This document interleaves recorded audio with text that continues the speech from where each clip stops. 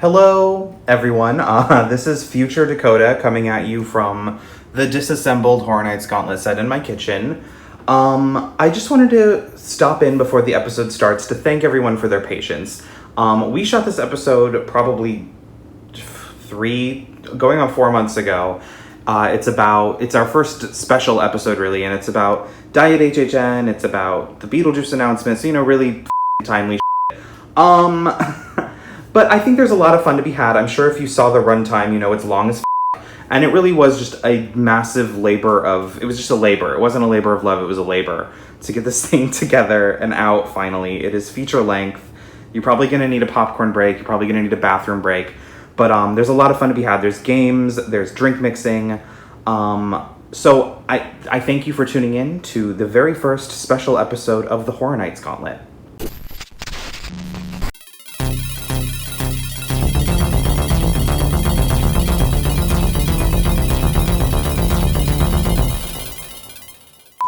My friend in creative said they're going to kill Jack this year.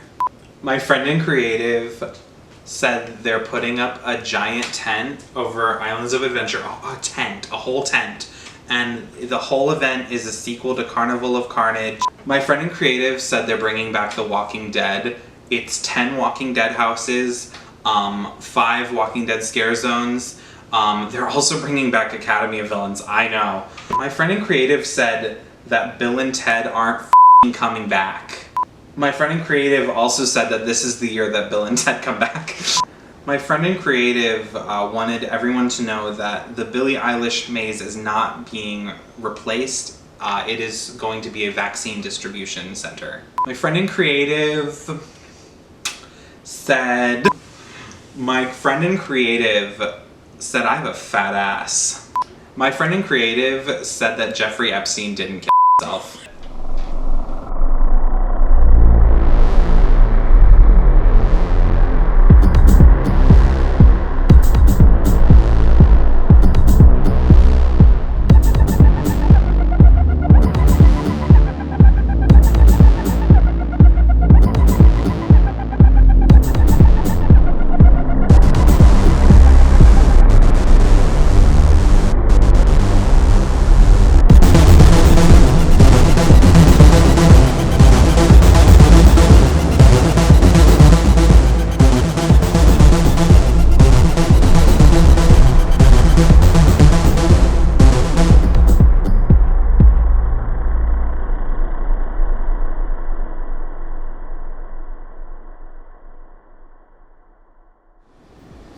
Happy Halloween, my name is Dakota and welcome back to the only show ranking 142 of Universal Orlando's Halloween Horror Nights Haunted Houses. This week we're going to do something a little different. I know usually we rank 5 houses every week. Every week it's been like 3 episodes. We're going to really break it up this week. No, we're going to do a special episode and I'm actually really excited. Some personal stuff I didn't get to drop this sooner, but March 5th, Universal Orlando finally announced Halloween Horror Nights 30 and did their first review. So we're going to react to that, and I figure if I wait any longer, it's just going to be so irrelevant, I just shouldn't do it. So this is also finally my Diet HHN review. We're going to go through all of my thoughts on the season, the haunted houses, food, drink, merchandise, wearing costumes in the park, everything. So, welcome to the first Horror Nights Gauntlet special episode.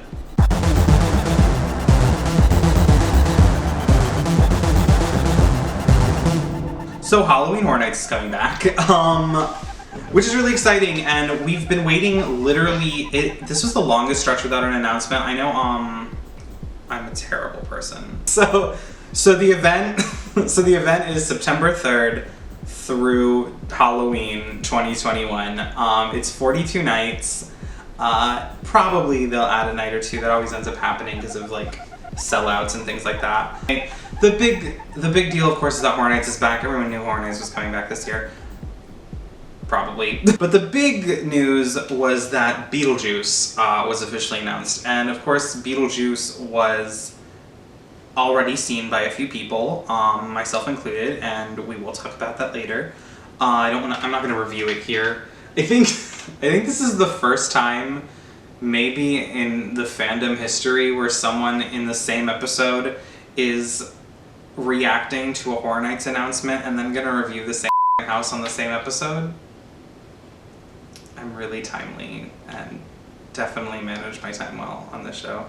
I think Beetlejuice is actually a really great get for Horror Nights, and like if you look at like the history of the event and like what Beetlejuice brings to it and its connection with the event, Beetlejuice is in a lot of ways one of the earliest icons of Halloween Horror Nights. The Graveyard Review was born out of the Beetlejuice show at Halloween Horror Nights in front of the Bates Motel, and you know, we had Beetlejuice Halloween Horror Nights commercials dating way back in the 90s, so I think it's been a long time coming. I think with the show gone and the ride we won't speak of taking its place, I think I'm happy. This was kind of a white whale for me personally, like a Horror Nights white whale. Like I really wanted this house. I always kind of imagined it like as like, I don't know, a 3D house, or not necessarily 3D, but like I could have seen it as a 3D house that would have like worked. Or I like the direction they're going with this, especially they revealed some pictures. I think we can drop those here. And yeah, I think there's a lot to be excited about for those of you who are going to get to experience it for the first time.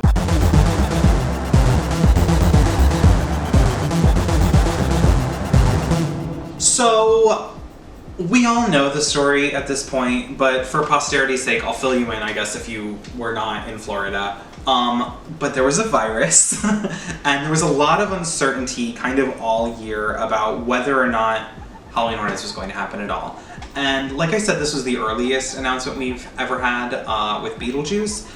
It had been an 18-month period since there had been an announcement. We usually start getting them in like late March, early April. Back in the day, it wouldn't be until like summer. So it had been like so long without an announcement that kind of everybody just assumed like, all right, well, if the event is going to happen, they're going to announce it in late summer. And kind of that was the same vibe we were getting for this year. Anyway, so it's getting into late summer. It's getting into like, I don't know, like June, July. And there's like this heavy discourse about whether or not like the event even should happen. A lot of people were in the camp that like, well, if it's gonna have to happen with COVID procedures in place and with people wearing masks and with like characters on the streets not being able to be a thing or having to be on floats or with plexiglass in the haunted houses, then I don't want the event. And I gotta be honest with you, I am very familiar with Miss Depression. I know her personally, and Halloween Horror Nights is like the light at the end of the tunnel for my year, and it was like, I was like, I'll go. I'll take plexiglass. I will take, you could be like, there are no actors. There's 3 actors and they just kind of move around one at a time. Like, I would have taken anything because last year was so f***ing horrible. It's summer and it's clearly happening. They've started to put out merchandise. There's these 30 years, 30 fears shirts with like the past events t-shirts, and the tribute store is under construction. We're like, Horror Nights is happening. It's happening. And then comes July 24th.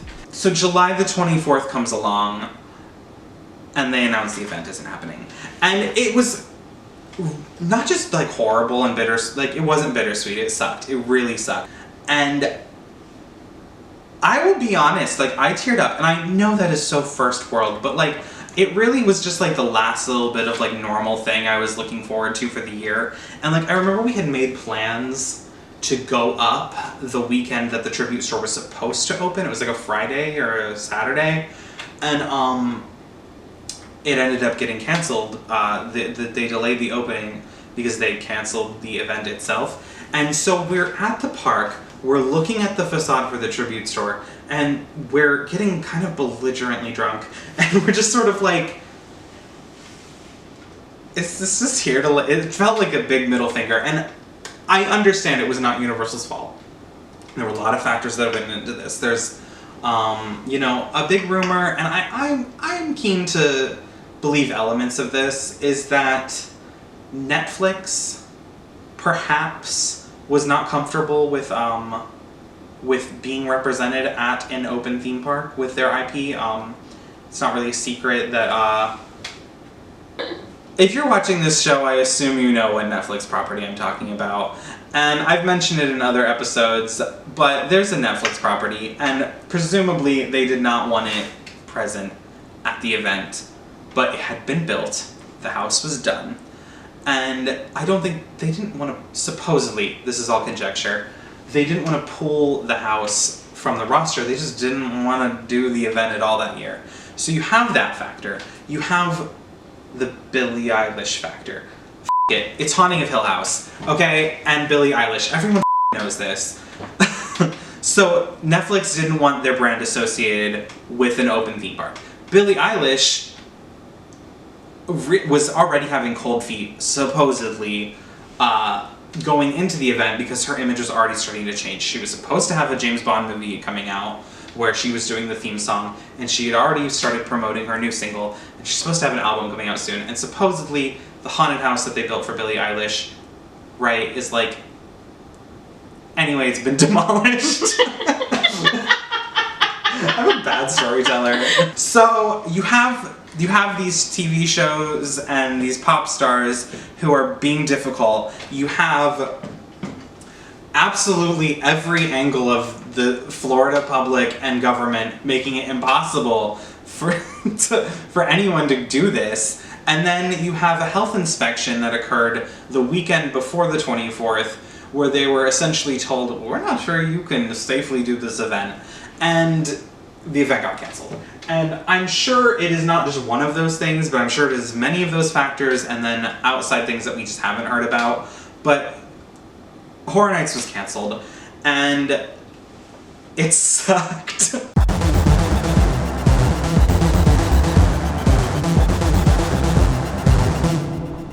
So the tribute store eventually does open, and we're left with what my friend coins as Nightmare Halloween Horror Nights, which is where the tribute store opens and continues to sell exclusive merchandise without any warning. And he got really butthurt about these pins, which I don't really care about the pins, I don't think they were that cute.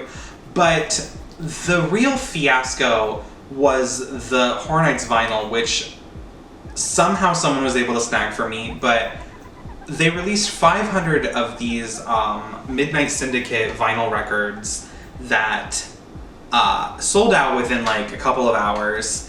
There was no announcement, it was just, they were in the store. They literally didn't even say anything on Twitter, it was just in the store, limited 500.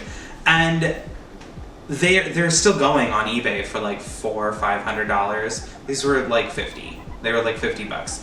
And so it's like, it was like, okay, so I don't get to have the event that I really want, but you're still selling the merchandise, but you're not telling me when it's going for sale, so I have to keep showing up to this theme park and hope I can get my hands on the merchandise because I'm never going to be able to see it again, but I don't even want it. I'm just really just grasping for this tiny little drop of serotonin. So then they announced the festivities. I just want to say, I thought Nightmare Horror Nights was over. We've been shooting this episode for like over 4 hours. We are so far away from talking about the merchandise in the tribute store now, and I thought Nightmare Horror Nights was over. I thought it was over. I thought exclusive timed merchandise that, you know, we don't have to wait for this. It is fucking March, Universal. What the are you doing with this preview Beetlejuice merchandise? It just dropped today. It literally dropped. I saw it on Twitter while we were waiting for the battery to charge. I'm gonna lose my mind. I have to wake up at 6 o'clock in the morning. I have to go to Orlando in the morning. I work at 4 tomorrow, and I have to wake up in the morning to go buy a t-shirt because I'm an insane person. This is Nightmare Horror Nights. You're seeing me process it right now. I'm gonna go crazy. I'm gonna go crazy.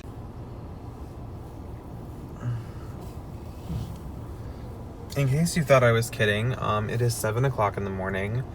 And I am at Universal Studios for Nightmare Horror Nights, so I can hopefully get Beetlejuice merchandise like a crazy person. And of course, There's only extra small and 3X left. So, that's great. Nightmare Horror Nights. Love it. Maybe I'm just a jaded millennial who, like, isn't in touch with Gen Z, but I despise bucket hats, and I thought I hated this, but then I realized it's reversible, and, like, I don't know, this is kind of the serve, right? Like, well, I bought a 3X, thank God I know how to sew, I guess. This is a nightmare. I hate this. Stop dropping surprise on us, I guess. This is no warning, no social media, just other people on Twitter. Great.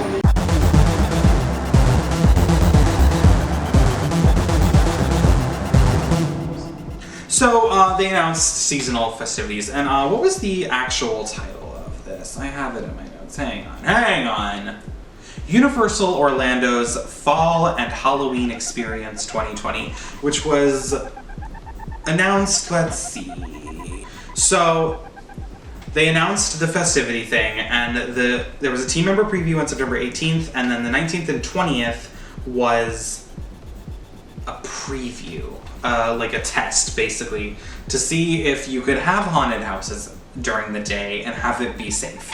And we went, and everything was virtual queue, and it was a f***ing nightmare, honestly. But there was a lot of, like, I had a good time that day, actually, but I also got wasted. Do you remember the line to get in? Yes, I was about to mention it. So the line to get into the park, though, Lauren, who's directing today, she got there a little before us, and somehow this bitch was at the front. Like, she was like, you were like at the gate, right? No, your cousin was at the gate. Where were you? I was like still by guest relations. Oh, but you were by Studios guest relations, though, not City Walk guest relations. Yeah, Studios. Okay. So she's by Studios guest relations. My cousin is somehow at the gate to the park, and me and the people in my car who got there at like 8, right? Like an hour before the park opened, maybe earlier, like 7:30. 7:30. We were there really early too. We were all there really early. Either way, we were like in front of Jimmy Buffett's, and the line just kept stretching, like, to Hard Rock, and then weaving back to Islands of Adventure. It was fucking insane. It was an absolute nightmare. And I know we've seen these crowds since with COVID procedures, but, like, you tell people they're gonna get to do haunted houses for a price, park admission, nightmare. That said, I had a good time. Saw a lot of people from the community that weekend. So the event opened with 2 haunted houses. It opened with Universal Monsters, The Bride of Frankenstein Lives, and it opened with Revenge of the Tooth Fairy. Eventually, it would get extended and it would go through November 1st, and the last weekend of the event, they opened the Beetlejuice haunted house. And eventually, later in the episode, I'm gonna review them. But for now... Like, stressed flashback. Okay. Yeah, that first day was so stressful. And I was freaking out too. I was by myself and I was like, please come join me online. I'm just like, we were scared because there were so many people. It was... No, I get it. And it was just like, it ended up working out because then I got to run in, but then I had to beg my way into the bride's line because Danielle was in the line and you guys weren't even in the park yet. And I was like, are they even going to get in the park? I was scared that we weren't going to get into the park because it was reaching capacity very quickly. I was scared that if we did get in the park, the queues or the virtual queues would be completely full before we were able to even get tickets. And what ended up happening is that we got really shitty return times. It was like 4 and 5 p.m. and we were there at, like, I'm not joking, before 8 a.m. And so it was just a full day of like, well, if the park is at capacity, the rides have horrible lines, let's check out the tribute store and the skeleton bar because it's a nightmare, and we just drank ourselves into oblivion. And it was a good time.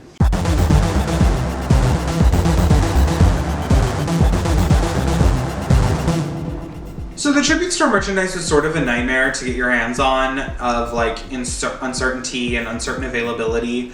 But the store itself is gorgeous, and yeah, I loved it, and it's maybe my favorite tribute store so far. I loved the facade. I love that we finally moved on from the sticker on the window and the like wooden cat cutout. Like, I loved the it was like this gothic cathedral, broken stained glass window arch. Like, you could tell it had burned down. It looked like it was probably meant to be Frankenstein's castle that had burned down. And you go inside and you're in Frankenstein's lab, and the monster is on the table and there's a sheet thrown over him, and there was this really cool above him this Pepper's ghost lightning effect, and all of these working cogs. It was really beautiful. And in that room they were selling it was obviously themed to The Bride of Frankenstein Lives, and that was I think Universal Monsters are going to be part of the event for a long time, and I have no problem with that. But I thought this was really beautiful and really well done. I would have loved to have seen it in a year where we could have maybe seen it fully stocked with proper merchandise for the event, instead of just kind of the mixed Universal Monsters merch we always get, and then the couple of shirts they did for this year. I didn't feel like that room really was I guess everything at Horror Nights now, there's a lot of debate about whether things are too Instagrammable, but I thought people taking pictures in front of the monster was cute. I had no problem with that. The every room was kind of built around a sort of centerpiece, and for that room it was the monster. And the next room was my personal favorite room, actually. It was just classic Halloween, but with a big, mannequin of Jack the Clown in the center, and then it was almost like a circus, carnival, Halloween kind of vibe, and all of these banners for the icons, and it didn't just feel like classic Halloween, but it felt like Halloween Horror Nights. And there was just something about that was comfort food. It was just warm and cozy, and even though it was spooky, it was just really just pleasant to be in there. And there were all of these little Easter eggs, little maps from past years and things, and the merchandise they were selling was always past year event. I thought everything about that room was really well done, really well executed. It's nice to be doing an episode of Horror Nights Gauntlet where I'm not bitching the whole time. So those first two rooms are all that was open, but there was this little teaser on the wall that the store was going to expand. And in the past, we specifically in 2019, there had been 3 rooms for the tribute store, and we all kind of assumed that the third room was Beetlejuice and that they didn't want to open it up because the event was closed, and we assumed at the time that they did not want to reveal that Beetlejuice was an element of the event. And then they started selling Beetlejuice merchandise, so they opened it up anyway. You'd go into the attic, and I thought this was the Maitland's attic, but now I don't know, and maybe I'm wrong. But they were selling food. But it didn't fully look like the Maitland's attic. There was no model. Yeah. And there was none of. It was an attic. It was an attic. I don't know what it had to do with anything. I'm sure it was trying to be the Maitland's attic, but it wasn't here, we're gonna match it. So I took my boyfriend, my fiance. So I took my fiance, and he's a really big Beetlejuice fan, and he didn't know anything because he doesn't care. Really, he doesn't care. And but he loves Beetlejuice, and he didn't know that there was a Beetlejuice room, and we were in the attic, and I thought it was the Maitland's attic, and I was like, "Oh, hey, Boo, did you see the Maitland's attic?" And he's like, "The Maitland's attic? What?" And he's like, "Really?" And we're walking into the next room, and then he's jaw on the floor because the next room was a Beetlejuice room, and that really was the Instagram room. Yeah. The Beetlejuice room was cute, but I think it's kind of what it was the most guilty of being an Instagram room. But I liked it. I took pictures in it. But so you had the grave, you had Beetlejuice's grave, you had the stairwell with the snake, you had Dante's Inferno, and you had the Maitlands kind of hovering above the fireplace. And then around the corner, it was an extra hallway, was the corridor of doors and more waiting room stuff. I don't know, I thought it was done well. I thought it was really cute. But yeah, so I thought the tribute store was really well executed. I think in a larger event, it would have been a perfect tribute store for the event. But for what we got, I think it almost existed as an extra haunted house. It was like one more thing to do to give you that like overall sense of Halloween that made the Diet HHN Light experience feel like an actual event and not just, you know, the leftover scraps of Halloween Horror Nights.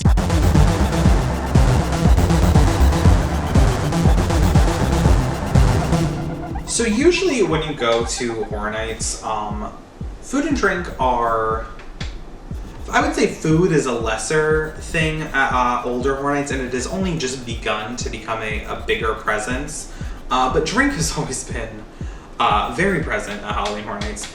And you typically see these big orange bars set up around, like tents set up around the park. And back in the day, it was a full-service liquor bar, but people got a little rowdy and they took it away from us. And now you can only get full-service liquor at Finnegan's and Chez Alcatraz. You know, so typically there you can get full-service liquor at the full-service bars, and you can get like the mixed drink and some like craft beers at the pop-up tents.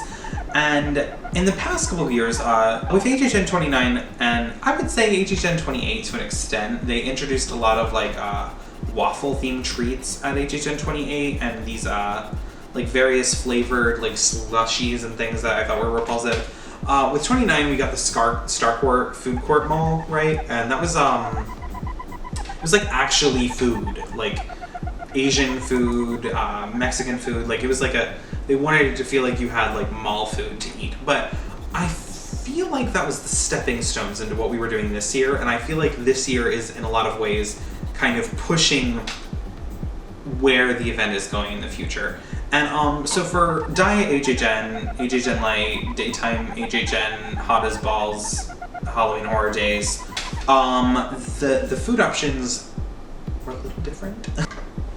So the cute little Transformers bar obviously could not happen this year because Transformers uses its extended queue every day of the year because of COVID and social distancing.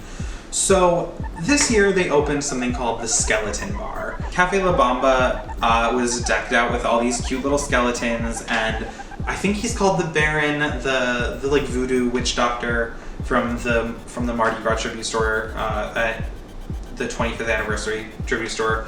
All of these things like kind of came together and created this mostly cohesive, like, it wasn't a walkthrough. I mean, it was literally like you go up and around a corner and you've seen the whole thing.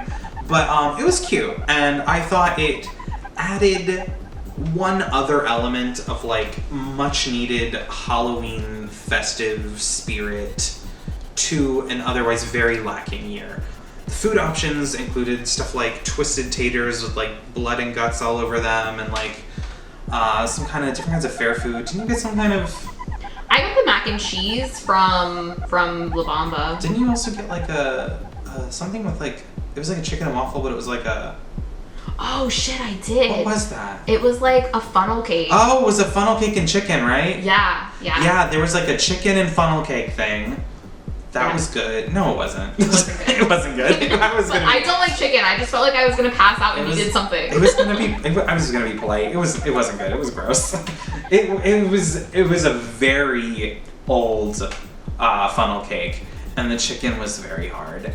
I'm not gonna review the food because I really didn't eat that much of it. I love like, you know, your twisted taters and your pizza fries and stuff like that. And I love some of the corn. Oh my god. But I didn't really indulge in a lot of the specialty food, I will be honest. That said, I am an alcoholic.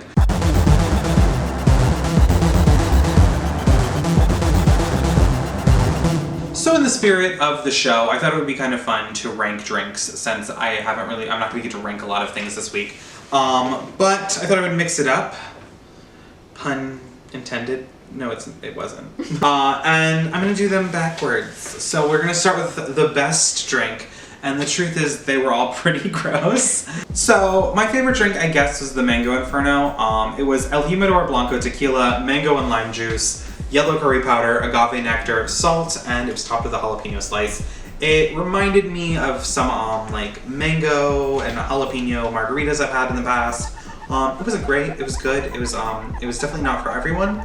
I do enjoy a spicy beverage. So I thought the Mango Inferno was really good. I know it was not for everybody, but I liked it. I could see why someone would say it was gross even, but I'm gross.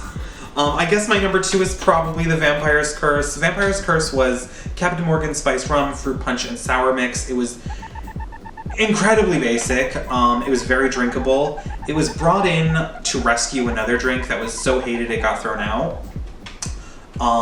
And it did its job. There had been a massive failure, and someone needed to step up to the plate. The Vampire's Curse said, too many weird drinks, we're gonna come in, we're gonna just, something drinkable. I think if they were going to bring back the most popular drink from the year before, they should have brought back the Saturn. That was like, that shit was good. That was gin and passion fruit and like falernum. It was so good. Anyway, but they brought back Vampire's Curse, and it was okay. It was, you know, it did the job. It was, you could definitely drink it on a hot day and feel refreshed and get a little buzz. I get it. I don't agree with it, but I get it. Following that up was Loup Garou. I think it's French. It means werewolf. And I don't know what this had to do with werewolves, but it was good. It was alright. It was kind of a lot. It was pussers. It was pussy.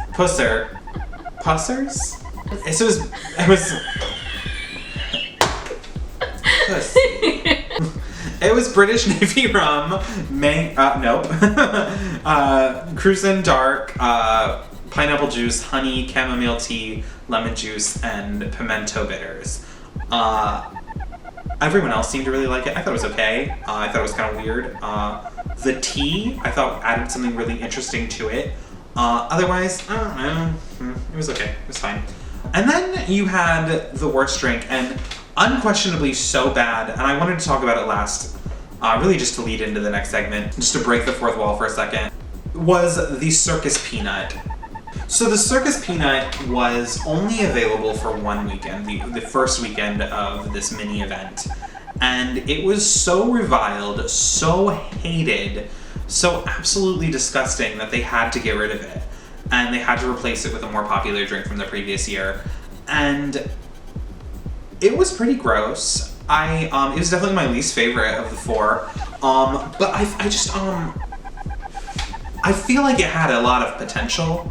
So the Circus Peanut was peanut butter whiskey, I believe it was Screwball, Campari, creme de banana, and orange juice. And I think the issue really was probably the banana and the peanut butter and the orange juice. None of these combinations, like banana and orange juice, I've seen it. It works. Banana rum, orange juice, it makes sense. Something about this combination and then a really strong flavor like peanut butter, it didn't work. Like everything about this like fundamentally clashed. It was disgusting. Like I only tried it one time and it was already which did not help, but it was like immediately like I'm gonna be sick. This is horrible. I know my friend did not finish his, just like fucking threw his away. We all had like a sip of it and we're like, this is horrible. It had it had a Circus Peanut on it and it sucked, and I fully get why they threw it out. But when I think about it, when I think about the fundamentals of the Circus Peanut, like I think there was potential for a good drink here or for like something palatable, and it got me thinking. I want to do something a little different for the channel, and I am not a bartender. I have maybe a novice level interest in mixology, but I wanted to try to remix the Circus Peanut because Screwball Peanut Butter Whiskey is actually like pretty popular right now. It's kind of trendy and I've had really good drinks with it in it before. So when I was told about this beverage, I expected to like it honestly, and it was horrible and vile. So I was surprised. And anyway, I'm gonna make a drink.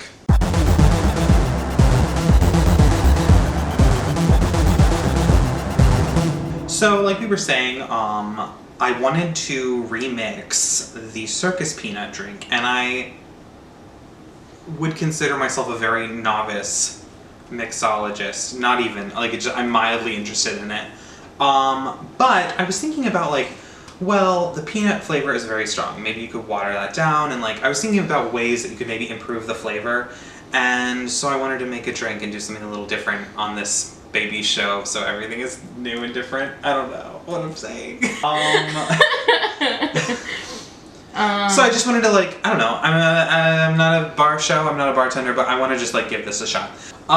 So I'm going to make you a very strong beverage, and if you are under 21 or if you're allergic to nuts, don't do this. So I guess let's just kind of dive in. It's circus themed, so we gotta have our Killer Clowns cup, and we've got it for a measuring cup. We got our Carnival of Carnage super shot glass. So let's just start with the most essential ingredient, which is the Screwball Peanut Butter whiskey. I just happen to have a bottle of this. I got it as a gift, and I actually really like it. This is gonna be strong as shit, but you're not gonna really notice. Dangerous. It's dangerous. It is really dangerous. So I'm gonna do a shot and a half about of that peanut butter whiskey, because we still want the peanut butter to have a flavor. Like, I want you to notice the taste of the peanut butter, but I want to kind of tone it down a little bit. But I still wanted to keep that kind of nuttiness.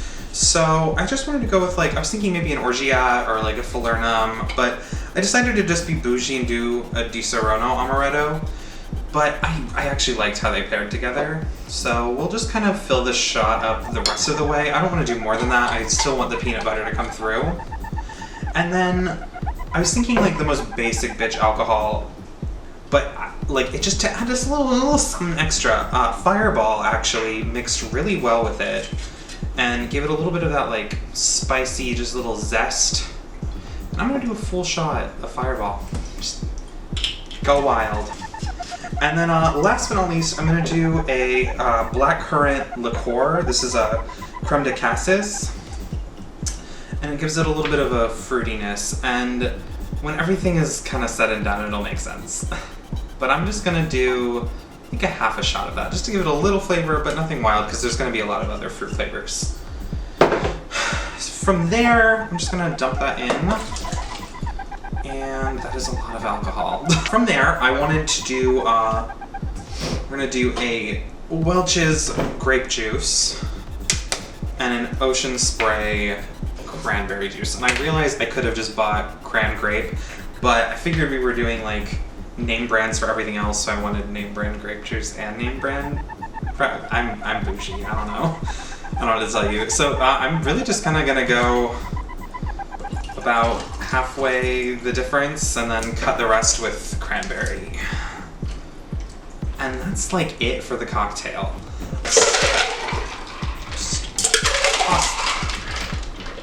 I don't have a drink mixer, don't judge me. Now, I wanted to do a sugared rim, but I didn't feel like buying sugar and everything. And I kind of wanted to maintain this peanut kind of aesthetic. So I mixed together my own syrup and sugar to do a sugared rim. So this is caramel, honey, just regular corn syrup, and peanut butter. It's a little bit of peanut butter. The peanut butter is a really strong flavor. And we'll use that to kind of glue everything on. And then the sugar is white, brown, and sugar with like red sprinkles, cinnamon, and a little nutmeg. Just kind of give it that nuttiness. So we'll do that really quick. Yum. Get a bucket and a mop. We need a bucket and a mop. Look at that, bam. And let's just, ooh. And what would a remixed circus peanut be without a disgusting circus peanut on top? And I affectionately call this the circus peanut butter and jelly. And I think it's really good. But yeah, you can try and make that at home. I'll have the recipe and everything in the description down below. This is dangerous. This is dangerous because, like, okay, Horror Nights, there would not be 4 shots in a drink at Horror Nights, but... Or if there was, it'd be $100. Yeah, but, like, I was just trying, I realized this is a ton of sugar, but that's all any of these drinks are, is, like, theme park cocktails are, like, all sugar. And, I don't know, it tastes like a peanut butter and jelly. Like, the peanut butter is a lot more cut here. You're getting more of the juice flavors. The peanut butter is more of, like, an accent. And then you get more peanut with the rim. I don't know. I thought I did a good job. Do you want ours? She said yes.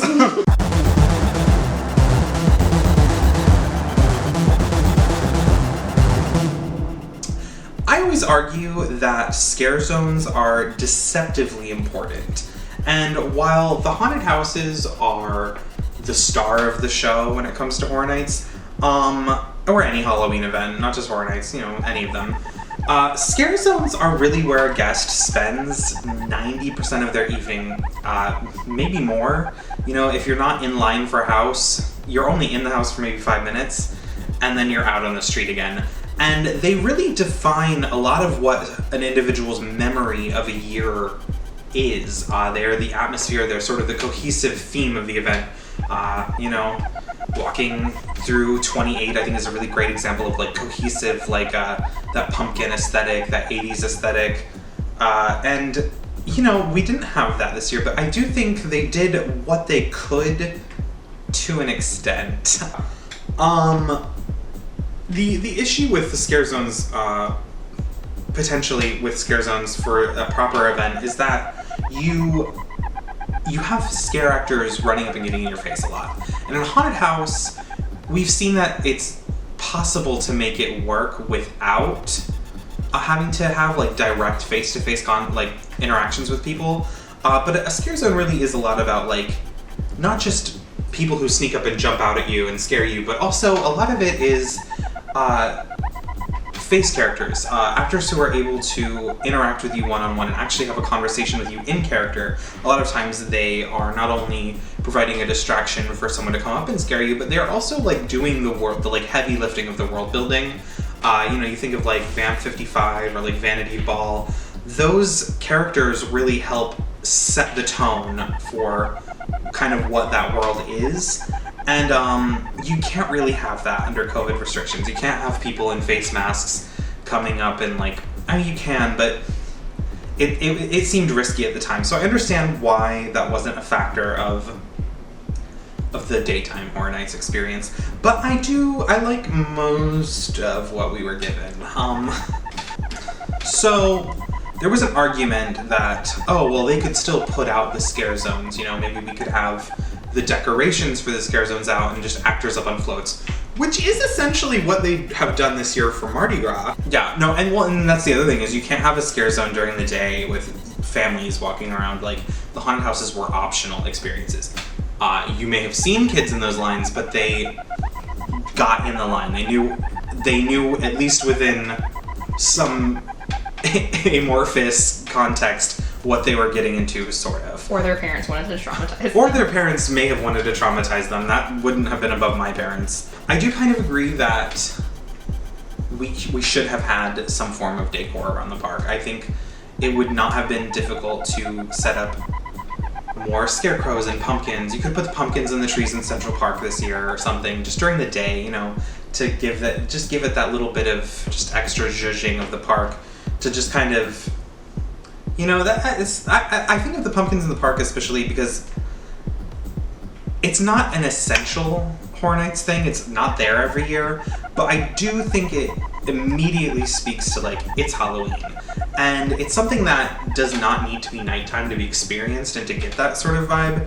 And there was nothing. So, I mean, and there's arguments to be made still that you could have still had spooky floats and had more, like, silly kind of characters in the streets, you could have had...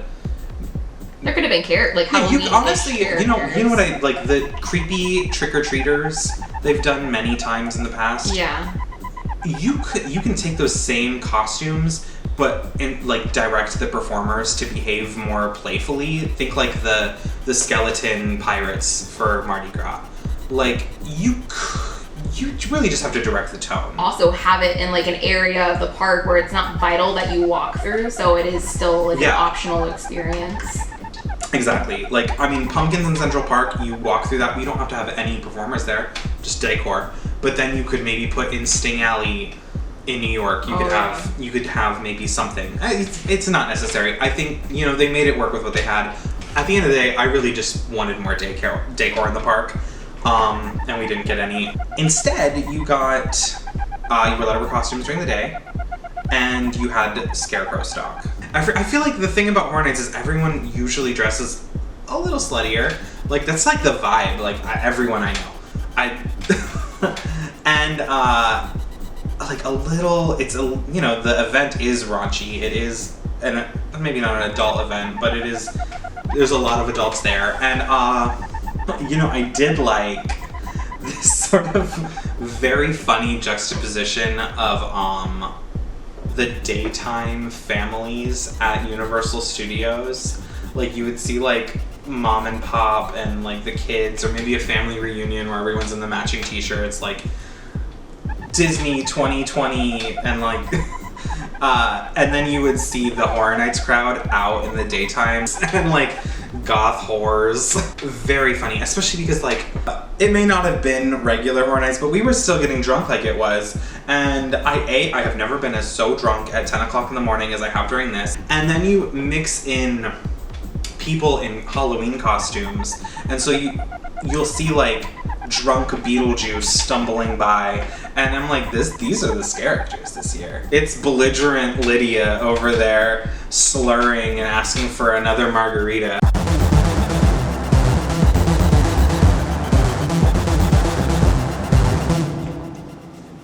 So, just to add a little something cute to the experience, Universal did this little thing called Scarecrow stock. And it was 13 scarecrows and skeletons. I wouldn't say hidden around the park. It was a scavenger hunt, kind of. It was more like a checklist. It was a giant fetch quest, and you know, you have your map.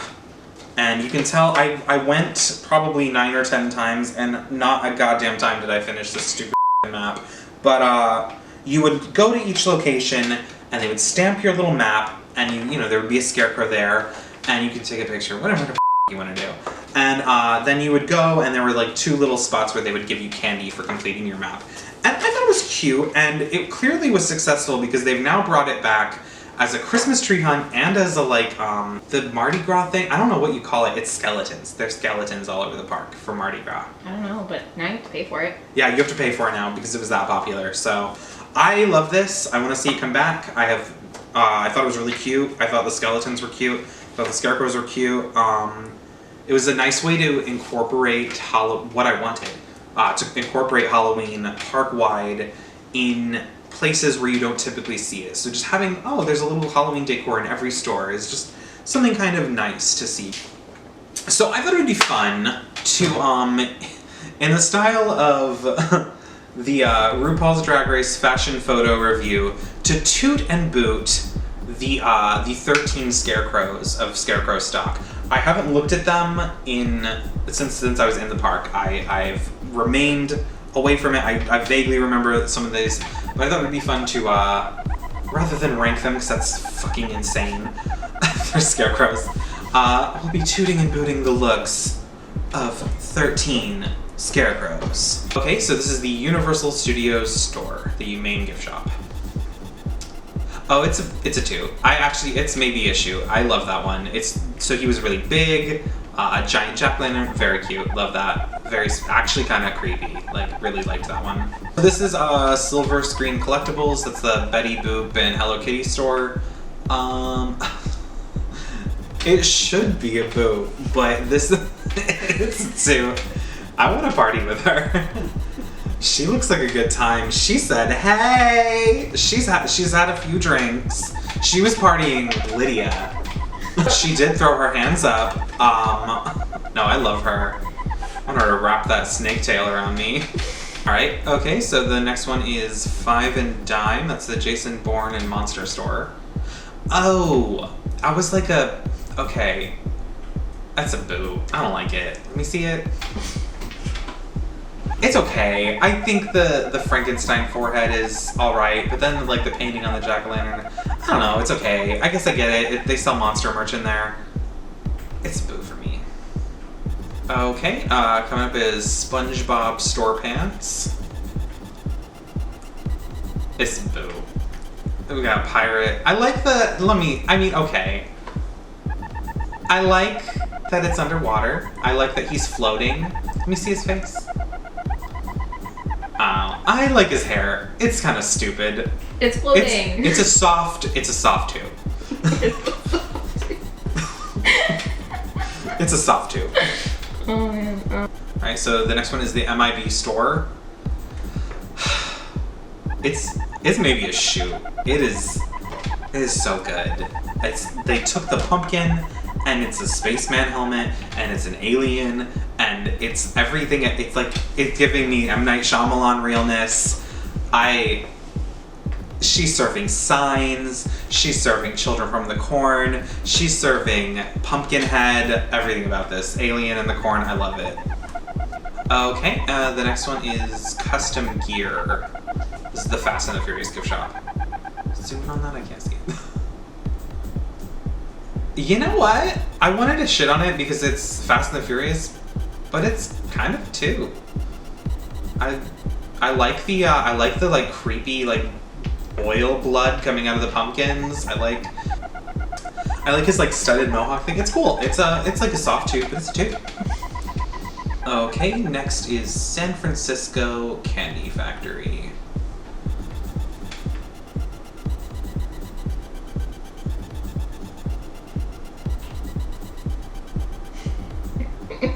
I think it's a boo. I don't like it. I think these googly eyes are stupid. It's really messy with all the spider webs. I don't get the pumpkin. I mean, is anything really a boo? It's a boo, kind of.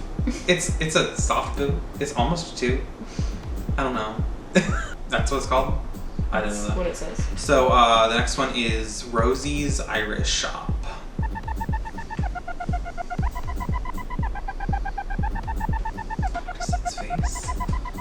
Oh, you know, this is a toot for me, but it's like a shameful toot.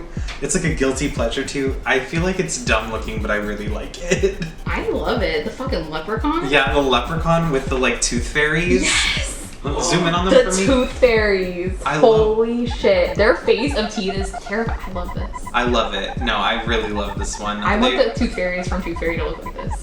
They remind me of the tooth fairies from Hellboy.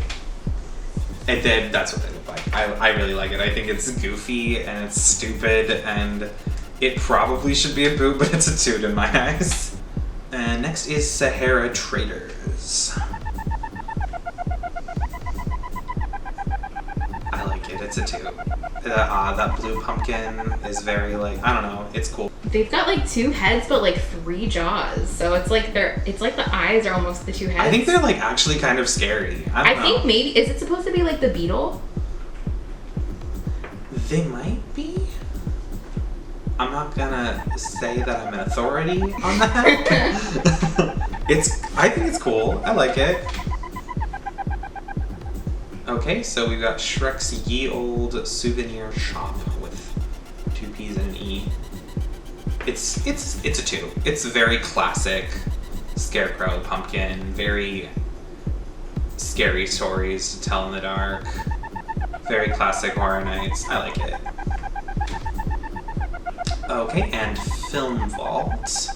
Boo. I hate it. It looks like, I think it's so dumb looking, and every time I saw it, because we were in that store a lot for some reason, it looks like it was rejected from the Mummy store. Like, someone made it. It's just really, I kind of like goofy shit, and I like dumb shit. I don't know, it's really weird and big. I don't know. It looks like they wanted it in the Mummy store, and the Mummy store was like, can we get a different one? Alright, so this one is Supply Vault, the Transformers gift shop. And it's a 2. It's really cool. It's like a cyborg Scarecrow. It's I think one of the better ones. Like, it's really cool. I think they really took the concept in like a cool direction. It's cool. So, okay, and the super silly stuff. That's the Minions gift shop. Oh, that's a boo. Let's zoom in, let me see it.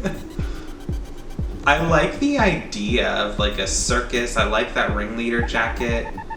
It's just, there's like a lot happening. I don't know. The umbrella and the step right up is really unnecessary. I thought the circus thing kind of speaks for itself. It's like, instead of trying to make it scary, they try to make it funny by making the pumpkin guts like candy. I mean, I get that this is a children's store, and it's the same with the Shrek store and with the SpongeBob store. Our top 2 of the week is Men in Black, Aliens, Nighttime, Space, Spooky, M. Night Shyamalan, Sci-Fi.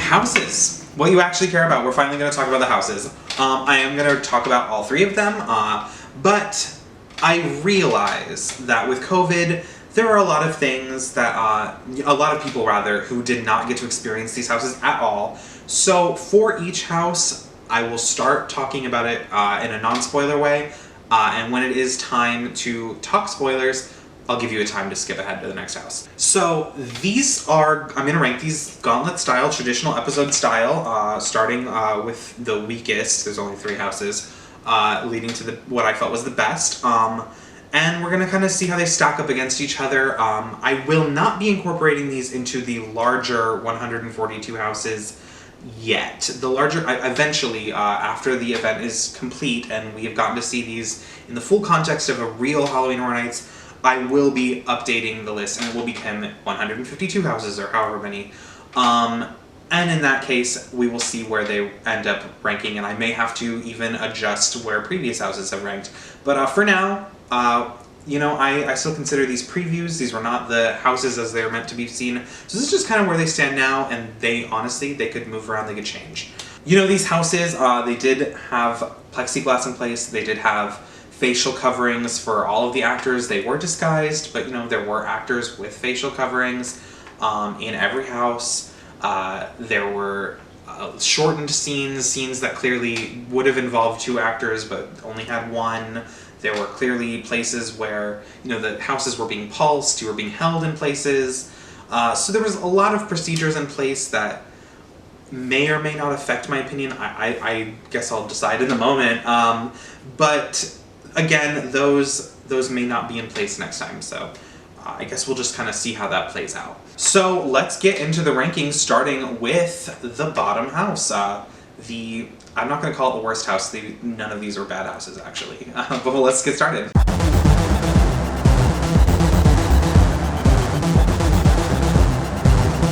So, house number 3 is Beetlejuice. And I want you to know right out the gate, I actually loved it. I really did. And there's just 3 houses. Something has to come in last.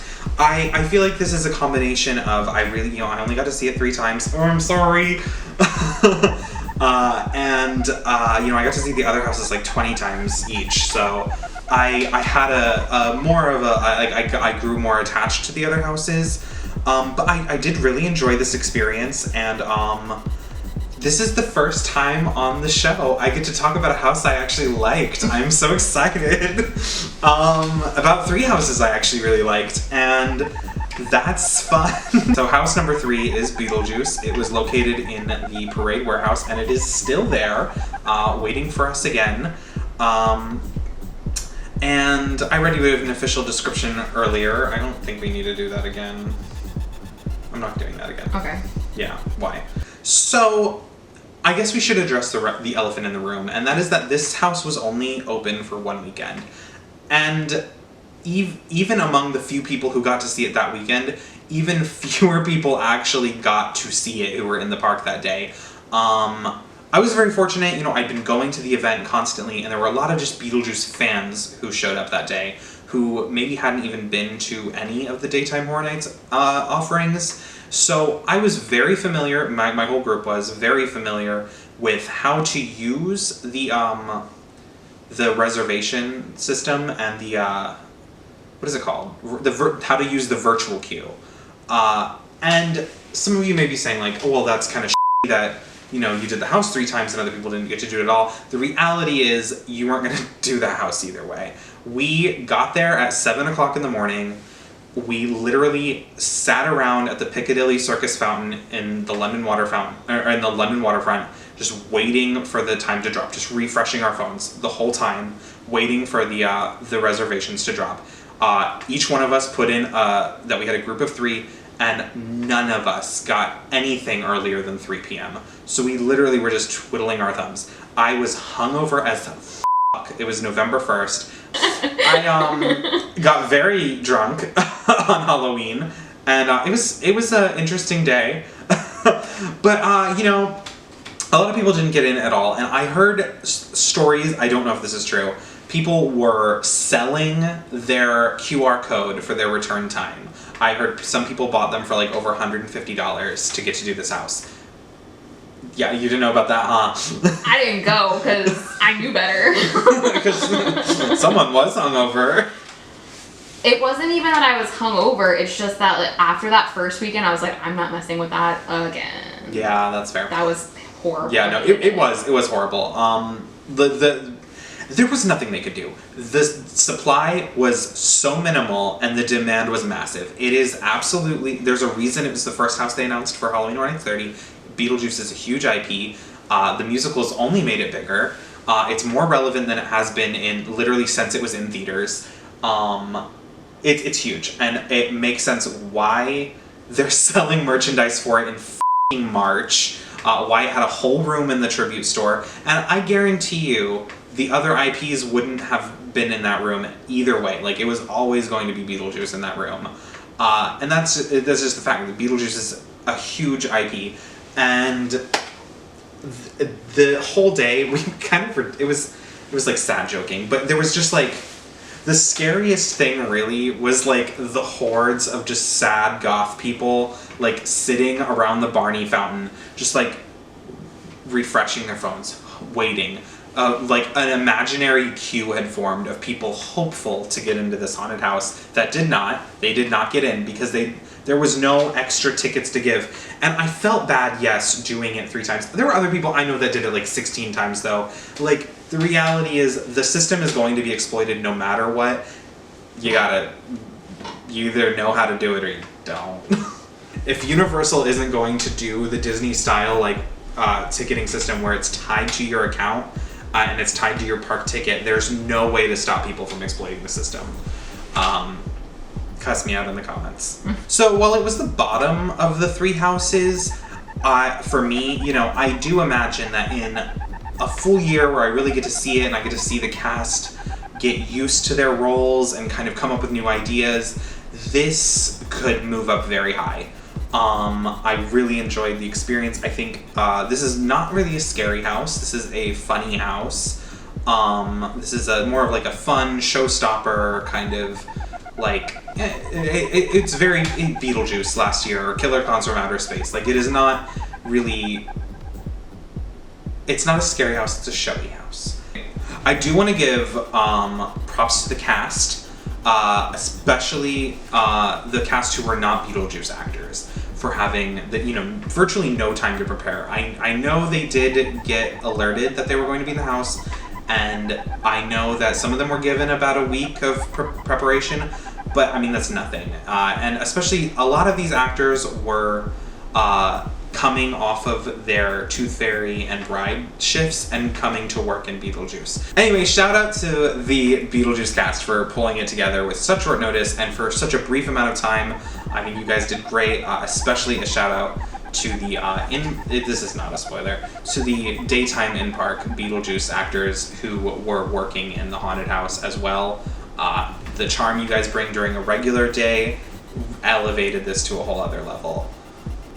The house, I would say, was more playful and funny than scary, and I think that there's definitely something to be said for these family-friendly IPs at Horror Nights. I know a lot of people really hate that and think that Horror Nights should just be horror, just be scary, but I think you kind of should consider what the word horror means. It doesn't necessarily mean scary. It means It exists within the Gothic. It exists within things that are darker, less things that it's Halloween. It's a party, and I think something like this absolutely fits, especially now that we're working in with an event that has 10 haunted houses. You want diversity, and I think something like Beetlejuice, something like Ghostbusters, Stranger Things, I am not just okay with it, but I really approve of some of these things bringing in a younger audience. I've been going since I was 7, and I think those young kids, this is the stuff that like will keep them horror fans for life, I think. So that's kind of everything I kind of had to say that isn't a spoiler. So if you want to just skip to that time right there, I'll see you in a minute for the next house. Otherwise, stick around and let's talk spoilers for Beetlejuice. Right out the gate, gotta say, I'm sorry, Lauren. Lauren, my director, did not do this house, and she's about to have it ruined for herself. So you enter into. I heard it was going to be a different facade. I actually don't know what was planned, but what we did receive is this kind of cute, like, elevated walkway, switchback walkway, leading up to a big platform with Beetlejuice standing on top of it, the mic'd actor from the daytime park, just improvising with guests. He fully the what's the Janice? Is that her name from from Ghostbusters? Oh yeah. The secretary, is it Janice? I believe so. The secretary from Beetlejuice, or from Jesus Christ, the secretary from Ghostbusters. It's very that. Hold on. I don't fucking know. It's fine. Just anyway, the fucking secretary from Ghost. It's very that, but it is the in-park actors who are extremely familiar with the character and the IP, and probably at this point know the character better than Michael Keaton. They do it every day. These guys are phenomenal, and you come in and they're literally they're pulling one-liners with everybody. He had this really cute like effect where he'd like point at you and then he would like fart and a big smoke of green gas would like billow out, and all sorts of other little like sound effects and triggers he could do. And anyway, it was really cute. Functionally, you were raising up on a platform because the moment you would pass underneath him, you were in a spinning vortex. And we haven't seen one in a few years, but it was the transition from into the world of the dead, and I thought that was really clever. So you go through the tunnel and you come out, you're greeted by a Juno scare, and then you round a couple corners and you're in the waiting room. And there's probably a couple things before that, but the waiting room is like a very impactful moment. Considering COVID, I noticed, all of the guy with the chicken bone and the guy with the shark on his leg and the girl who's split in half and the smoking guy were all static figures. I don't know if that will be the case during a fully operational event. If we even get a fully operational event, it may just stay like this, who knows. But we did have Miss Argentina, and she is she's in a boo hole. It's actually her window. And her scare, it's really long. It's a really long trigger. She's the whole "if I knew then what I knew now," and she'll get you and show you her wrist. It was really cute. I loved that. I believe the smoking guy, the cigarette guy, I think he might be a puppet, but he wasn't moving. I don't know. I don't know for sure. I didn't see him move, but I feel like the way he was positioned, I might be bullshitting. I don't know. I really don't know. But I hope. Continuing a little bit further down, you make your way into kind of the checker floor hallways, and there's kind of a messy scare, but there's this beautiful forced perspective hallway where it's like that expressionist Dr. Caligari style hallway that just kind of keeps going, and on one side you get the football guys like asking where the bathroom is, the men's room is, and another scare is the custodian, and he gives you that's the lost souls room, and they kind of happen at the same time, and it's kind of messy, and I hope they can work one of them maybe into a boo hole or something. Just they're kind of, it's like the effects are shouting over each other, and it's hard to hear both of them. As a minor criticism. The Lost Souls room, gorgeous, beautiful. This looks like a Manuel Cordero house. I don't know for sure, but I just based on, he typically does a lot of like expressionist like twists with his houses. He did The Shining with the carpet room, how everything like the carpet pattern became the aesthetic of the hallway. He's known for like taking weird, risky moves, and the way he did the Lost Souls room, like, was this like, it was like dead exposure, like black and white, just like white highlights, and the ghost who comes up in the window before he pulls down the curtain, there's like several of them that scare you, and like this cool disappearing multiple door thing. It's so cool. I love this room so much. And you leave it into the attic. I could rave about this attic. There's Catacombs of Halloween Horror Nights. Hunter just did an interview with the people who made this model. You should really check it out. It's great. But they did the whole town model. There's Barbara and Adam are in their sheets, as Barbara's this character. Adam, I believe, is an animatronic. Who cares? But you know, you have that scare. Around the corner is Lydia. I think that's the only actual live Lydia in the house. It doesn't matter. On the screen, so you have the commercial for the cowboy Beetlejuice commercial. Mm-hmm.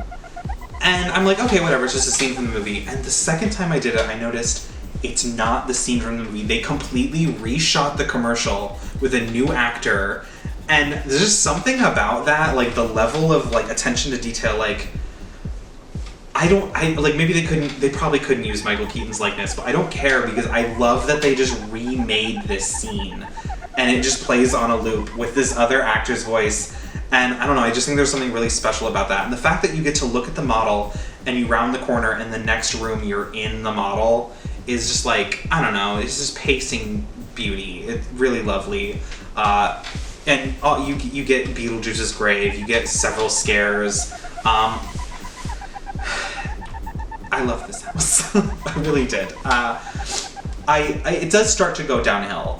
Once you leave the little graveyard scene in the model, you get Dante's Inferno, and I was so excited. I was like, oh my god, we're walking into the horror house. And you can see you're like going inside of it, and I'm thinking like, we're gonna see, like, they're gonna imagine their own version of what the inside of the horror house looks like, because we don't get to see it in the film.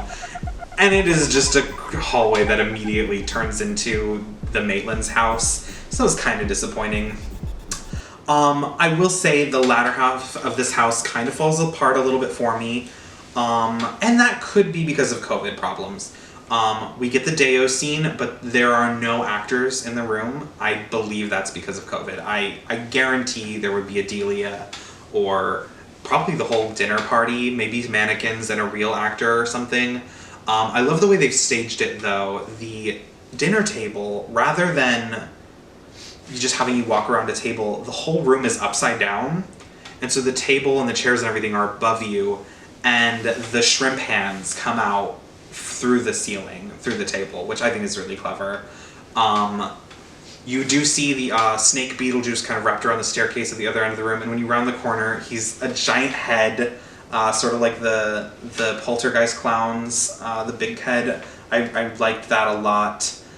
My issue with this latter half of the house is that it is a lot of just gray hallways, and I understand they wanted to do that yuppie 80s, like post like deco revivalist kind of thing, but it's really sparse and there's not a lot going on. You'll be walking down a gray hallway and there's a little cutout into the wall and you'll see it's Barbara rising out of the table, or you'll round the corner and there's Otho and Beetlejuice with the hammers, you know. I did like getting to see Beetlejuice and Lydia's wedding. Lydia was a mannequin. I don't think she's meant to be a mannequin. I think it would traditionally be two actors. I did notice on a second run, Beetlejuice has multiple audio cues there, and they are long as shit. And he's doing full monologues. I thought all of that was really cute, and yeah, I'm really just giving you a scene by scene of this house. I don't know what to say. There's a sandworm. It's great. I loved it. The final scene, I feel like there's probably meant to be a lot of Beetlejuices jumping out of these little striped hallways at you. I suspect, I don't know for sure, but there are a lot of boo holes that are empty. I imagine it's supposed to be a whole room of Beetlejuices, but there was only one for COVID. I don't know if that'll change. Yeah. I think the house does a really good job of transitioning or translating Tim Burton's aesthetic. This is the first time we've seen a Tim Burton movie done as a haunted house. I would love to see maybe like Sleepy Hollow or something like that in the future. But I think this translates really well. And I know Burton's kind of done to death, but he definitely has a lot of those early, like late 80s, early 90s house or movies that I think would make good houses. And I think this is the aesthetic of this house doesn't feel like really anything you've seen at Horror Nights before. It feels like a living cartoon, which is kind of what the film feels like. And I think they captured the tone, the essence, and the aesthetic of the film perfectly, even if there are issues with pacing towards the end. And so it's maybe those small issues, those COVID issues have kind of put this at the bottom, but I mean the bottom of 3 is not the bottom, and this house is great, and it would have stacked very high if I were to rank it against like 29 houses. So, Beetlejuice.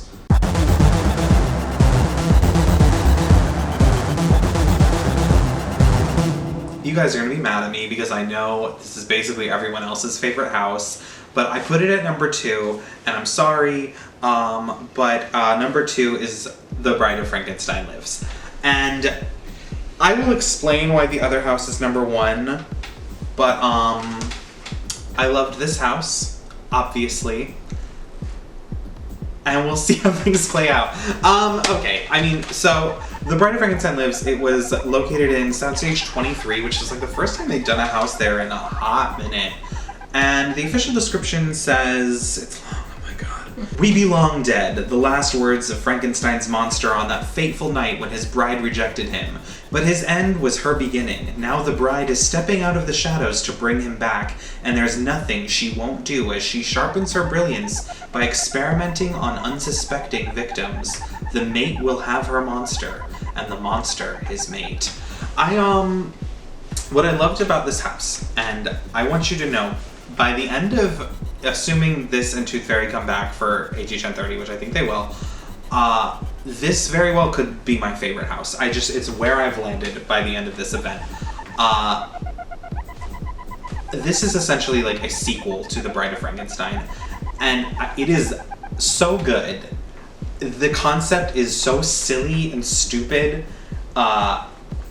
So in concept, the bride has quickly become a scientist, a mad scientist herself, following in her creator's footsteps, and is determined, I guess she had a very quick change of heart, to revive the monster. And to do so, she's quickly determined that vampire blood is the key to creating a more everlasting monster.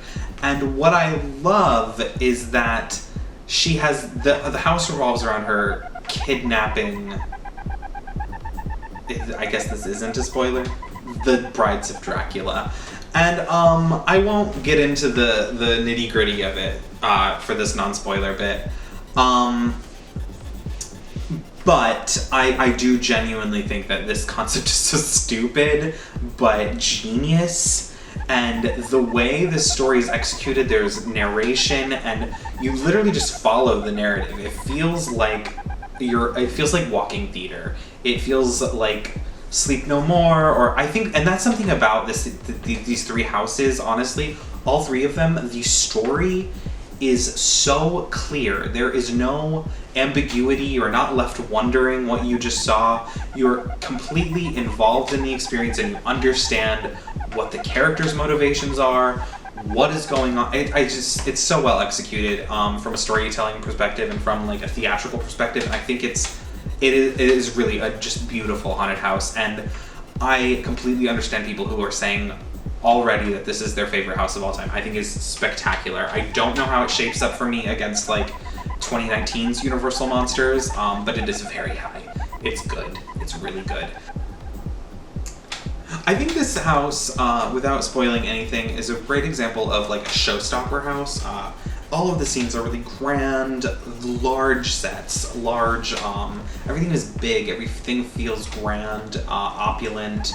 I was worried that it would be just a lot of like ugly castle halls, but every room is really well thought out and considered, and design-wise, I really feel like it's a grand world.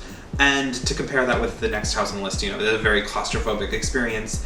And so for me, I do love these grand houses, and I think that's what people really talk about when they rave about Horror Nights. No, I do like me a little bit more of a claustrophobic experience, which there is a lot of that. And there's a lot of effects. I think they were able to take a lot of like grand moments and really create something that is maybe not game-changing, but like really sets the bar high for the future. And I'm curious to see how some of these grand moments play out with less restriction. I've said it before, I think monsters have a place at Horror Nights every year. I see no reason to not rotate it out with a different monster in the future. I think this could just be a thing every year. You could have verses, you could have all sorts of things. I am happy to have a classic monsters house every single year. I don't know if I've mentioned this on this show before. I have a fantasy, but we do know, I guess we know, that a classic monsters land is planned for Epic Universe, which is back on track in construction. And I would love to see it has its own narrative, and if you know, it's out there. It's not hard to find. I'm not gonna do that here, but I would love for maybe the year before Epic Universe is planned to open, I have this fantasy that they will do a prequel story as a haunted house at Horror Nights, and it's not like essential storytelling or anything, but it would be just very cool to see like almost like a sneak peek at what we're going to get in this fully developed land and attraction. As like a prequel story or I don't know. I could see it working, and I'm more monsters. That's the moral of that story. More classic monsters. Yeah, I feel like I've said all I can say about this without really spoiling anything, other than the vampires. It's in the house, the larger house description. Let's skip ahead if you don't want any more spoilers. Otherwise, let's get into it. As far as the bride's design, I really want to just like lay the praise on whoever the costume designer is. I think they took an already iconic look and elevated it and experimented with it and made something that feels like it's just an extension of that story. Like it feels correct. They essentially, the bride in her kind of classic film, she's wrapped in bandages, and she just has it's almost like a Victorian hospital smock thrown over her, right? They've taken that white color scheme and that kind of bandagey look. She still has the bandages on her arms, but now she's wearing a old-fashioned lab coat with a high collar and the buttons down the side. She looks like Yzma. Yeah. And she's got these black and white striped thigh-high leggings with thigh-high boots. It's a really cool look. She's got her goggles on her forehead, and this is the only instance where just a white face mask, and it really just works. They didn't need it's a medical theme, and it made sense. There was no reason to try and hide her face with a prosthetic mouth or something. It just worked, and I really liked that about being able to implement COVID design into the larger design and still have it work. I want to give a shout out to casting as well, because you might not have even noticed, but the women who were cast in the role of the bride were almost entirely across the board women of color. Anyway, I just loved seeing more diversity in these kind of roles, especially since we are sort of not modernizing them, but looking at the past through a modern lens. I thought that was really lovely, and I liked that. I'm gonna say something that's gonna get me kicked off the internet. What? I don't really like the assistant. She's cool. Her design is cool. I just think her voice is grating. No one disturbs the master. What does she say? I don't know. I don't know. I love that this was like the year of the female's character, and more praise to the female characters, and I'm still gonna be back there rooting for the assistant, but I don't love the vocal acting choices made for the triggers. Let's get into it. So the bride narrates the whole house. You're listening to her kind of give her it's almost like her medical journal, and it feels very Victorian. It feels like something out of a Mary Shelley novel. She's kind of explaining her process and her how she's developing and experimenting on the creature, and how she like discovers that the vampire's blood is like perfect for it. And I love all of that. Especially some of it was just like very quotable. Like I loved that the house ends. One of the very last quotes you hear is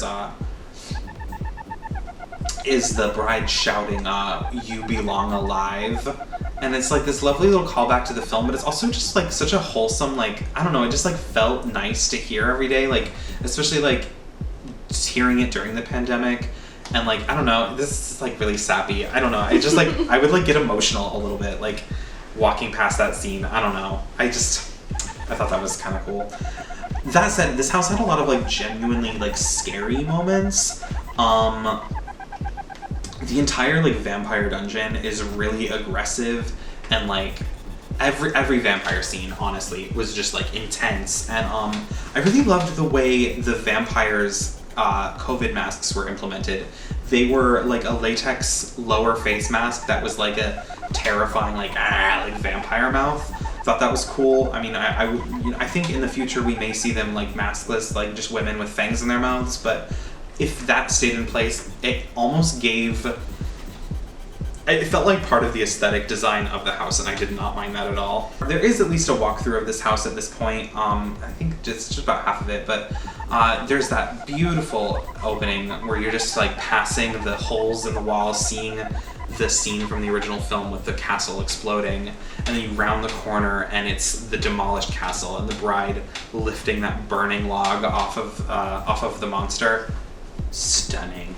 You round that corner and she's working on his corpse in front of the it's the stained glass window from Gothic. Like it's repurposed from Gothic. There is we do see some more experimentation.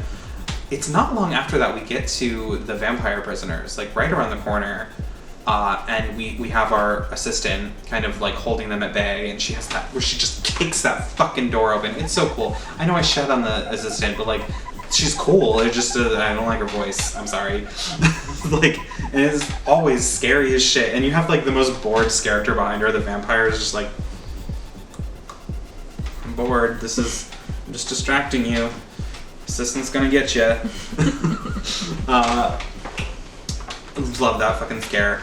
And maybe my favorite scene in any house this year is it's like she's repurposed this cathedral, and she has the stalks, the stockholds, and there's a vampire in it, and a mechanism has been attached to it to where these like spikes stick into her wrists and just drain her blood into these big vats, and you see it like filling up. And there's something, I just think it's like, the room is beautiful, the staging, the blocking is so beautiful. The design for the vampire, she has this like white, almost like a nun's outfit, or like an old hospital nurse, and her eyes are like covered up. It's beautiful. And so like right next to that vampire, there's this other dead vampire, and it's just like a skeleton, like the bride has completely drained her.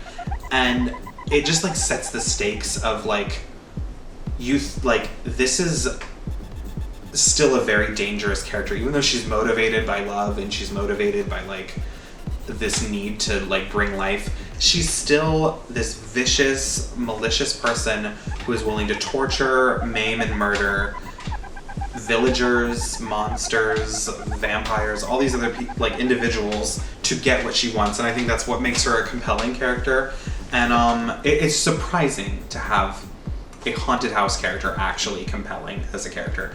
And I think that's a really wonderful thing about it. Beyond that cathedral scene, there's this wonderful like vampire cell, and there's a line where she's like, "They must devour," and it's like a throw so that he may yet live, and it's like a throwback to the devour them scene. And oh my god! Did you? Yeah. Yeah, and it's vampire brides are the scares, and that scene was legitimately scary with the cells, and then you round the corner, and I love a bungee scare, and you have a bitch flying up to the window and landing on it, and plexiglass, but you know, we take what we can get, and stunning, down into the crypts with the creepy little the caskets, right? And that one bitch, she's playing dead, and there's all the other caskets, and she'd like get you. And really great shit. I love the finale. Leading up to it, I can't even get to the finale yet because there's so much more good shit to talk about in this house. Where she's been kidnapping villagers, and the guy's all bandaged up, and you have in the tank the fucking dead creature from the Black Lagoon. You're just it's just constant jaw drop, just breathtaking moments. And then it's right before the final room, you have loose vampires running around the castle. There's a battle happening now, and you have the assistant is fighting them off, and you get to this right after the creature, there's these very aggressive vampires just attacking you from every angle. And I remember that legitimately being very scary, you screaming a lot. I scream a lot. And legitimately very well executed scare, leading to this fucking hilarious silhouette of her she's pushing a cart with the monster dead on it. It's just a shadow effect. And there's these hilarious Scooby-Doo villain vampires following her, and I don't know that it was supposed to be funny, but it was really fucking funny. And oh my god, there's just the finale with it's the You Belong Alive scene, and above you, it took me I'm not joking 5 or 6 walkthroughs of this house to look up and see all of this. They're static, but it didn't matter. All of the vampire brides above you that were flying into the scene, and the bride is bringing the monster to life. She's while fighting off these vampires, and there's this lightning effect all over everything. It's just this very I hate using the word epic, but it was very grand and epic. And of course, there's a couple more little moments in the hallway, and then you just get that finale scare. It's a throwback to the Stinger scare at the end of Frankenstein, or at the end of Universal Monsters, where Frankenstein would get you one last time. But this time, it's a dual scare. And you've got the monster on your left and the bride on your right, just getting you every couple of seconds. And tour de force, truly. I will admit it probably deserves to be in the #1 spot, and the more I'm talking about it, the more I'm I realize it is objectively the best house. I know that. I know. I see it. I'm not stupid. I know.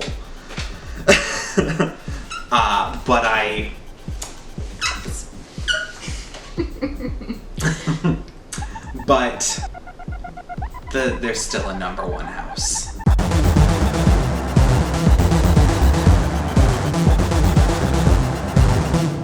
So, I'm assuming you followed along. There's only 3 houses. House #1 is Revenge of the Tooth Fairy.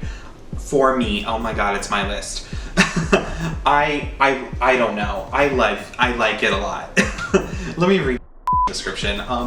The innocent traditions of the Tooth Fairy hide a darker ritual.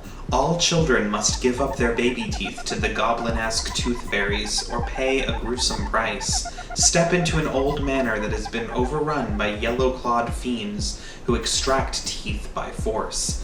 It's an eye for an eye, a tooth for a tooth. And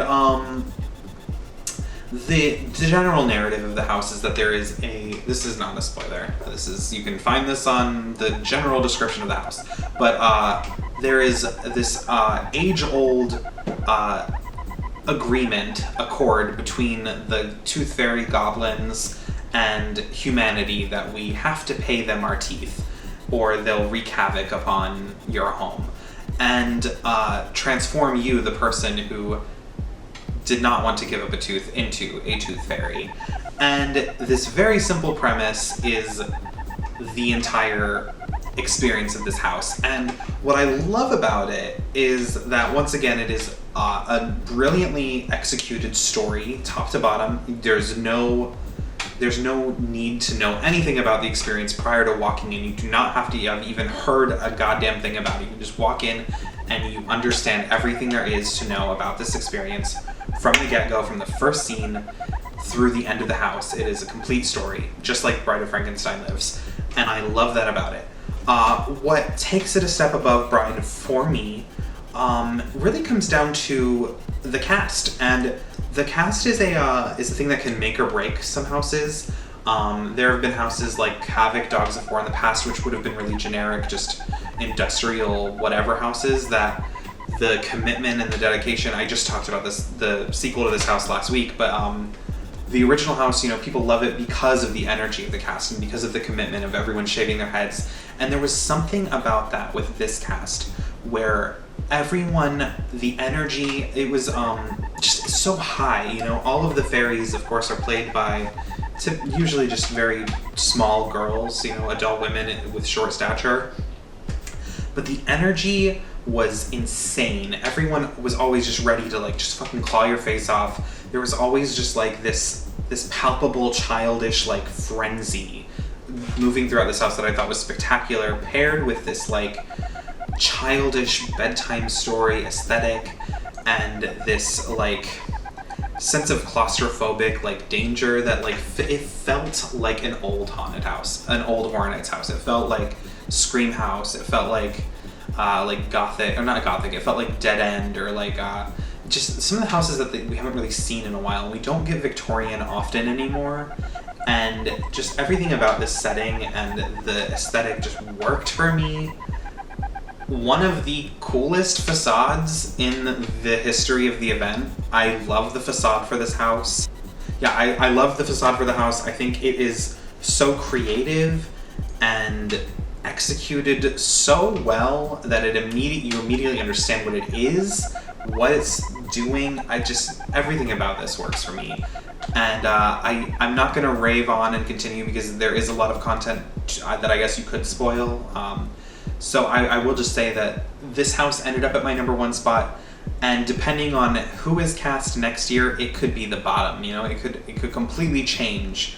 But for the holiday, the Halloween daytime, whatever the festivities, Revenge of the Tooth Fairy was my number one house. I really got very attached to it, and I really loved seeing it. So for those of you who are just trying to get a little non-spoiler peek at the houses coming to HHN 30, thanks for tuning in, and you can skip ahead if you'd like, and I've got some just closing thoughts. Otherwise, stick around and we will dive into spoilers right now. So the facade that I was talking about, it's a giant pop-up book, and the entire aesthetic of this house is that you are walking into a child's storybook, and you are experiencing a fable, a book, and that this is, you're constantly reminded that you are separated from reality, that this isn't real, that this is a story. And they do this in such a lovely way. You have constant narration going on overhead. You have the narrator explaining the events of this story, that little James Westthorne in his little sailor costume is doesn't want to give up his tooth, and he's told that the fairy folk will come and kill his whole family, but this selfish little boy doesn't want to give up his tooth, and of course all hell breaks loose.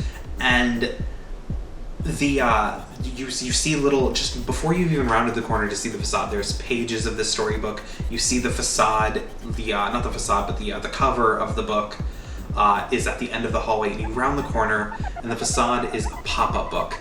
and it's his bedroom, and it's like almost like a pull tab pop-up book. You can see little James moving back and forth on his bed, and everything's made out of like wood flats to look like giant paper.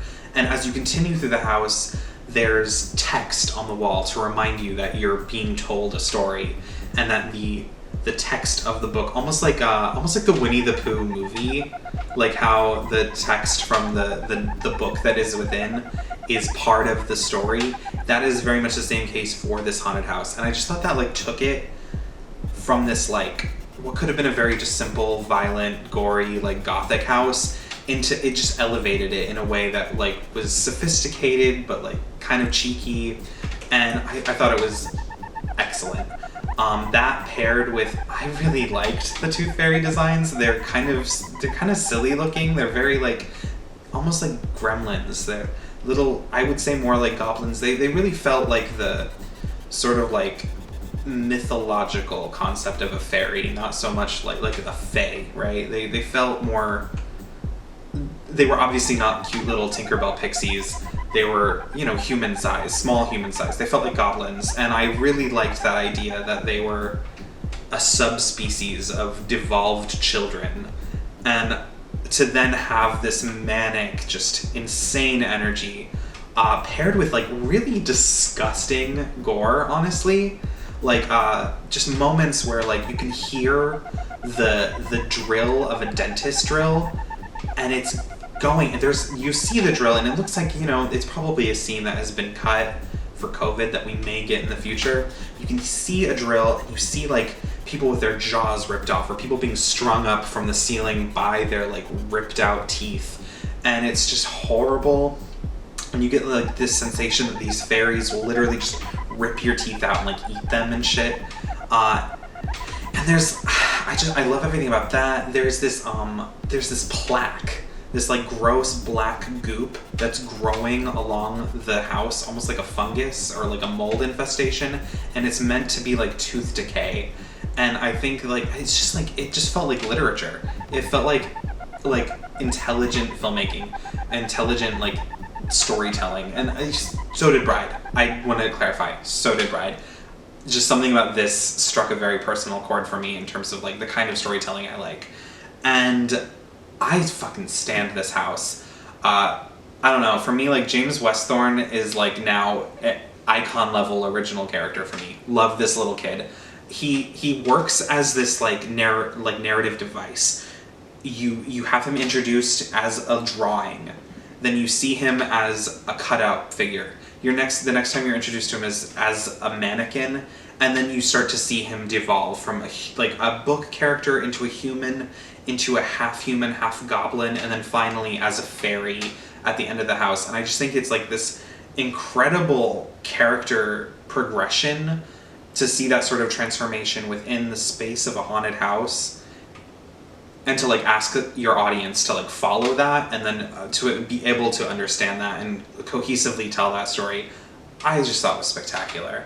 As far as like the rest of the house goes, I love the kitchen scene. The smell of like the cooking food was lovely, with a dead body hanging out of the oven, and the maid who's like she's puppeteering the fairy attacking her. I love that.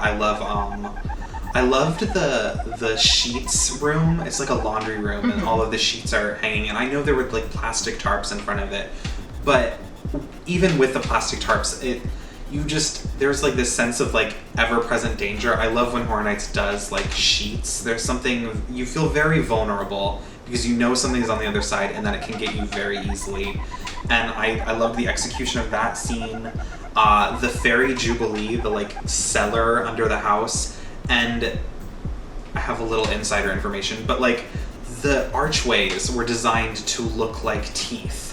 And it was as if this concept of the plaque builds up and escalates, and you get to this cavern, and the plaque and the tooth and all of the fairies living in this space like kind of convalesce into this like just narrative climax that I just thought was lovely. This house worked so well for me, and the fact that it's simultaneously, you get to see the final form of James as the second to last scare, with the like little stinger fairy right next to the end page.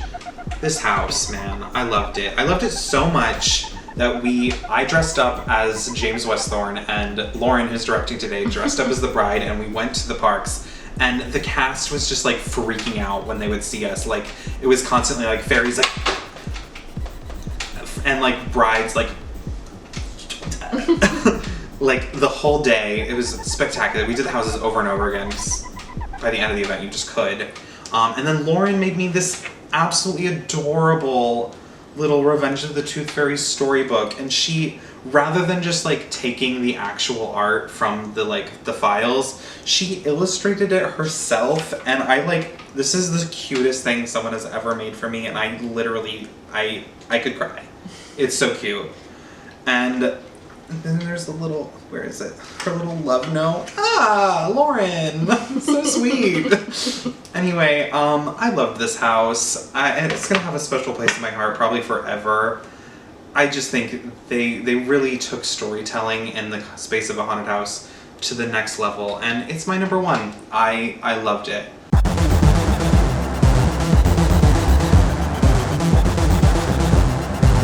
Note to self, I'm never ever fucking doing costume changes ever again on this show. I'm sorry, if you enjoyed it, sorry. Jesus Christ. So that wraps it up on the event.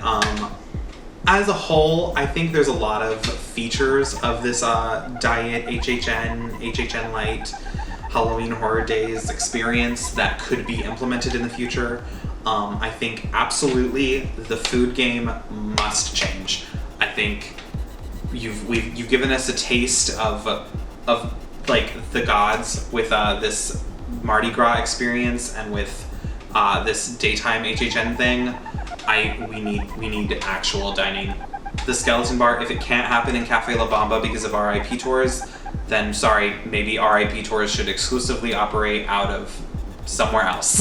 Out of a soundstage, out of the unused Blue Man Group Theater, I don't care. Maybe just put the skeleton bar in Lombards, like, I don't care, like, absolutely. I would like to, if we have to see the same tribute store next year, I won't die, but I would like to see anyone just, whatever, they had to tear it down.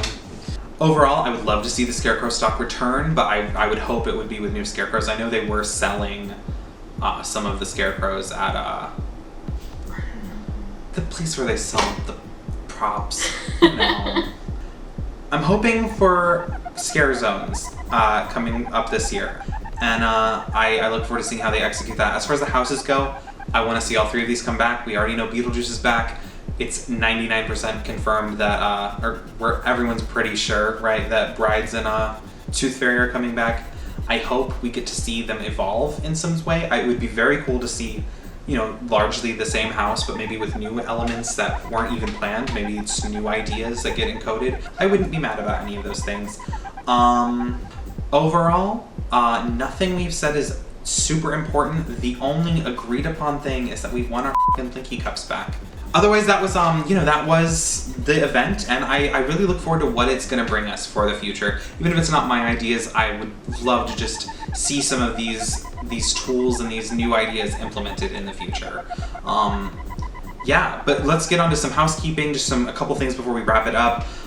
We do have more regular episodes of the Gauntlet coming up soon. I know this is not really a funny episode, just kind of actually giving you my opinions without cracking a lot of jokes this week. In the future, I definitely want to do more special episodes, not necessarily like this, review content is review content, it's legitimate review content. But I do want to have, I guess I'll just spoil the future. I'm planning on also doing a Scare Zone version of the Gauntlet episodes. I think it's time to let you in on it. I think that should be fun. It's not going to be all the time. It won't be weekly. Maybe once a month or something. I don't know. We kind of just got to see how the show evolves. But I would like to start implementing that as well. I think that could be fun. I don't know exactly how it's going to work with the larger show, but I would like to rank Scare Zones as well. I just would like to talk about them. And then we've just got some ideas for upcoming projects for the future. I know Tian Guignol from the Frightful Failures podcast, who occasionally does also help direct the show, and we've been planning this big competitive design challenge episode that I think you guys are really going to think is interesting and cool. It's not a funny episode, but it's really cool, and I think you guys are gonna think it's cool. I'm gonna just say cool again. Otherwise, expect a lot of art projects. When I created Cathode Coaster, it was meant to be my sort of like art projects that I put out there, and right now I'm just really wanting to share my thoughts on Horror Nights, but there's a lot more Cathode Coaster projects coming out soon that you can look forward to. I'm not going to tell you what they are, I guess, but just look forward to that. Otherwise, thank you guys for tuning in, and it would really help the channel a lot. I disappeared for a while. I dropped a pilot and vanished for 5 months. Depression's a bitch, but we're back on. And we're trying to do regular content, and it would help the channel a lot to grow, experience a new audience. If you guys would like, comment, subscribe, ring the notification bell. I know it's so cheesy, but you really do help me reach a broader audience, and by broader I just mean more Horror Nights fans, the people who actually want to hear. I don't know if my opinion is worth it, but I hope I can entertain you and talk about this thing we all love. This week, though, since we're talking about the haunted houses, if you did attend, I would love to hear your thoughts on these 3 houses. We finally are in a place where maybe I can actually hear people's opinions, because I'm not talking about houses that are 20 years old. I would love to chat with you guys down below. Otherwise, you can check me out on Twitter, just Cathode Coaster on Twitter. It's not a Horror Nights content. I post a lot of Horror Nights content, but it is just my personal Twitter. But I'm happy to talk about all sorts of stupid shit with you guys. Otherwise, thank you guys once again for tuning in to the Horror Nights Gauntlet, only on Cathode Coaster.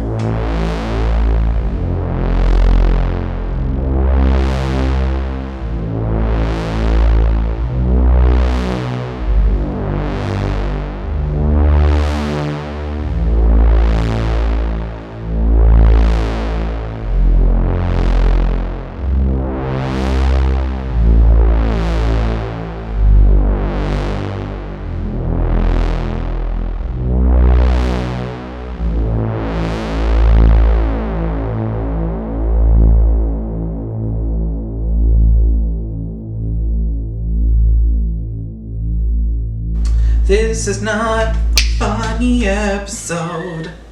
Yeah, everyone can see the dirty ass drafting desk covered in paint that I use as my desk for this show. And they're probably like, what's all that disgusting filth? And it's just paint.